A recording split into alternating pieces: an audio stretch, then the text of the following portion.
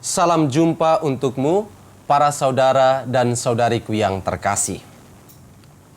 Dalam hidup ini, kita pasti pernah mengalami peristiwa kehilangan. Sadar atau tidak, kehilangan selalu menimbulkan kegelisahan. Apalagi yang hilang itu adalah sesuatu yang amat berharga. Kita pasti akan berusaha melakukan apapun asal kita bisa menemukannya kembali. Dalam proses menemukan yang hilang itu, tidak bisa dipungkiri bahwa biasanya ada banyak hal yang akan kita buat. Ada banyak pengorbanan pula yang harus kita lakukan. Semuanya itu mesti kita lewati atau kita tanggung karena sekedar menunggu sambil menantikan yang hilang itu muncul dengan sendirinya, itu adalah suatu kemustahilan. Mencari yang hilang butuh banyak bergerak. Alhasil, bila di akhir seluruh usaha kita, yang hilang itu dapat ditemukan kembali, tentu saja kita akan sangat bersuka cita dan bergembira. Alasan kita merasa demikian karena usaha yang kita lakukan ternyata bukanlah usaha yang sia-sia. Hasil yang kita raih ternyata tidak mengkhianati proses dan perjuangan yang kita lakoni. Dasar refleksi kita pada hari ini diambil dari Lukas bab 15 ayat 1 sampai dengan ayat 10. Injil ini berbicara tentang kehilangan. Yesus menampilkan dua perumpamaan sekaligus, yakni perumpamaan tentang satu ekor domba yang hilang dari kawanan 100 ekor dan juga perumpamaan tentang 1 dirham yang hilang dari 10 dirham yang dimiliki.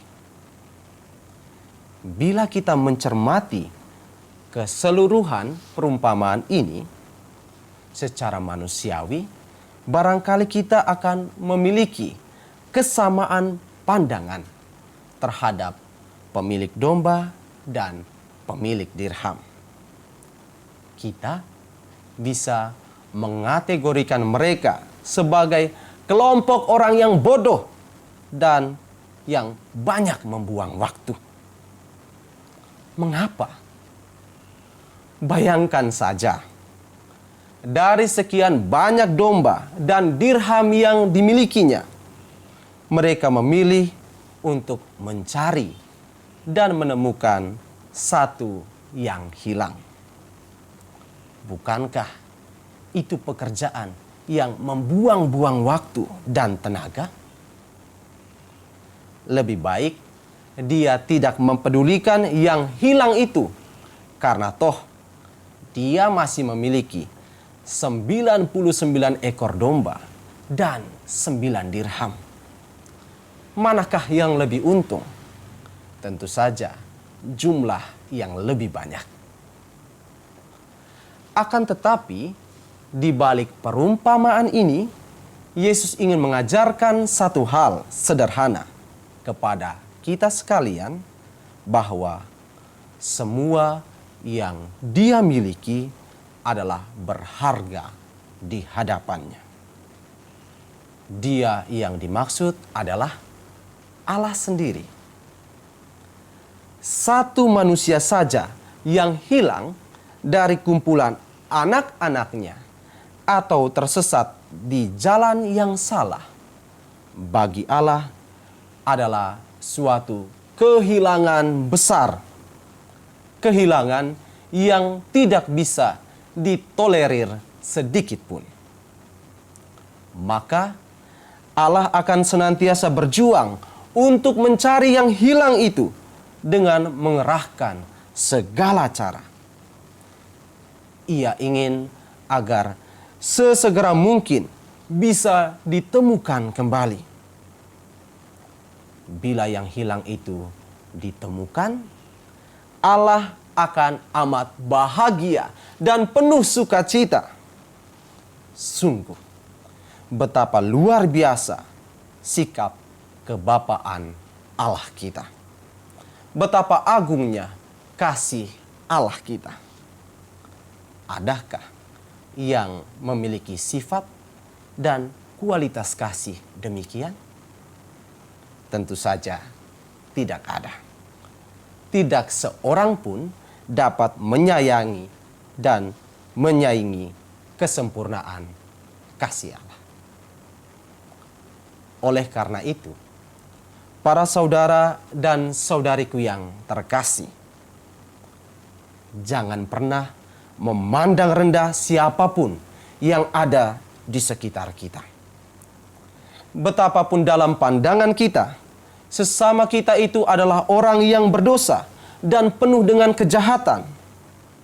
Pilihan tindakan yang harus kita lakukan adalah mendekatinya dan membawa dia pulang kembali ke jalan yang benar.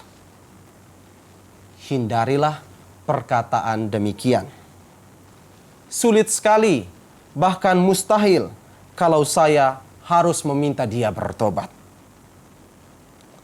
Kalau kita memandang hal ini sebagai pekerjaan kita sendiri, maka sampai kiamat pun hal ini tidak akan bisa kita atasi.